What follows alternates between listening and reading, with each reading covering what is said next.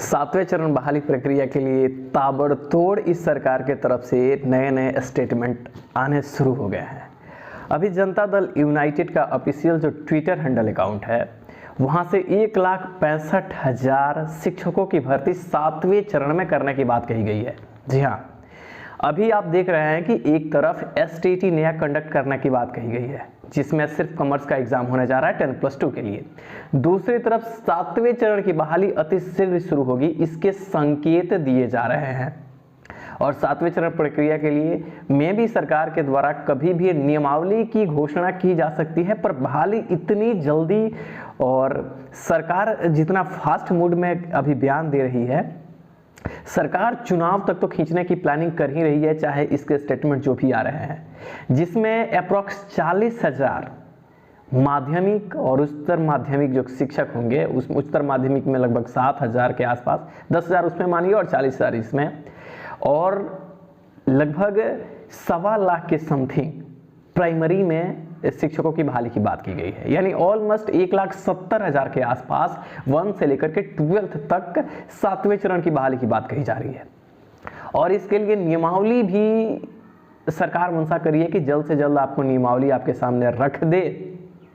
और जो एसटीईटी ये नया कंडक्ट होने वाला है, संकेत तो यही है कि एसटीईटी जो कॉमर्स के होने वाले हैं 7वें फेज में इंक्लूड नहीं होंगे, उम्मीद तो है। और एसटीईटी 2023 भी होंगे, इसके लिए भी आपको डीमोटिवेट नहीं होना है। और इसकी बहाली 8वें फेज में सरकार अगले साल ही इसका प्लान कर सकती है। कुल मिलाकर के कहने का मतलब है कि अब 7वें चरण की जो बहाली प्रक्रिया होगी, उसमें लगभग 1,70,000 यानी 2.25 लाख शिक्षकों की बहाली 1 से लेकर के 12th तक करने की बात सरकार कह रही है। और आशा है कि सरकार अगर ये बातें कह रही है तो ये प्रक्रियाएं आगे बढ़ेगी।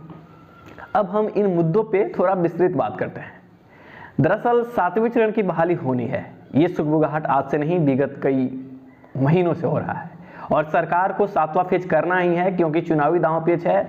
यहाँ एमपी मेंबर ऑफ पार्लियामेंट के चुनाव भी होने वाले हैं, और जस्ट उसके अगले ईयर में विधानसभा चुनाव होने वाले हैं। और चुनाव के लिए सरकार के बीच में सबसे बड़ा फैक्टर युवा आते हैं, और युवा में बिहार में सबसे ज्यादा रोजगार की जो मुद्दा है वो शिक्षकों की है। तो इसलिए 7वें चरण की बहाली में सरकार तो डिले नहीं कर सकती। हाँ, जैसे कि एमपी के चुनाव होने वाले हैं, तो सरकार अब उस चुनाव के इर्द गिर्द प्राथमिक और माध्यमिक दोनों की बहाली प्रक्रियाएं संपन्न करने की सोच रही है। और जैसे कि आप जान रहे हैं कि अगर चुनाव से पहले यानी दिसंबर से पहले सरकार 7वें चरण की बहाली प्रक्रिया कंप्लीटली खत्म करने की प्लान कर रही है, जैसा कि आज ट्विटर हैंडल अकाउंट से आप देख रहे हैं। अगर ये संकेत सही हैं तो अति शीघ्र आपके नियमावली रिलीज होंगे, और नियमावली रिलीज होने के बाद 7वें फेज में माध्यमिक की बहाली और उच्चतर माध्यमिक की बहाली भी बिल्कुल ही डिले नहीं होगी, और ये प्रक्रियाएं शुरू कर दी जाएंगी। और ये बहाली प्रक्रियाएं जल्दी खत्म करके प्रारंभिक बहाली प्रक्रिया 1 to 8 की है वो शुरू करके, और दिसंबर से पहले चुनाव से 3-4 माह पहले सरकार प्रारंभिक बहाली भी प्रक्रिया खत्म करेगी, ऐसा उम्मीद जताया जा रहा है। लेकिन अगर माध्यमिक बहाली प्रक्रिया ही सरकार कुछ डिले करेगी तो प्रारंभिक शिक्षक बहाली प्रक्रिया बिल्कुल ही डिले होगी। तो अब क्या है कि सरकार की तरफ से संकेत तो शुभ शुभ आ रहे हैं, लेकिन सरकार की शुभ शुभ ये सुगबुगाहट जो होती है कब अशुभ में बदल जाए ये भी कहना उचित नहीं होगा अभी। लेकिन हाँ, कहीं ना कहीं सरकार की तरफ से देखिए, एक तरफ आरजेडी के ट्विटर हैंडल अकाउंट पे देखिए, दूसरी तरफ जेडीयू के ट्विटर हैंडल अकाउंट से देखिए, माननीय मुख्यमंत्री के बयान सुनिए, और फिर उप मुख्यमंत्री के। इससे साफ जाहिर हो रहा है कि 7वें चरण की बहाली प्रक्रिया हैं वो कहीं ना कहीं सुगबुगाहट तो तेज है। इसलिए आप ज़्यादा आपके अंदर मतलब ज़्यादा पैनिक मत होइए आप। और लेकिन हाँ, इतना भी ध्यान रखिए कि ये सरकार किस पल कौन सी करवट ले ले ये कोई नहीं जानता।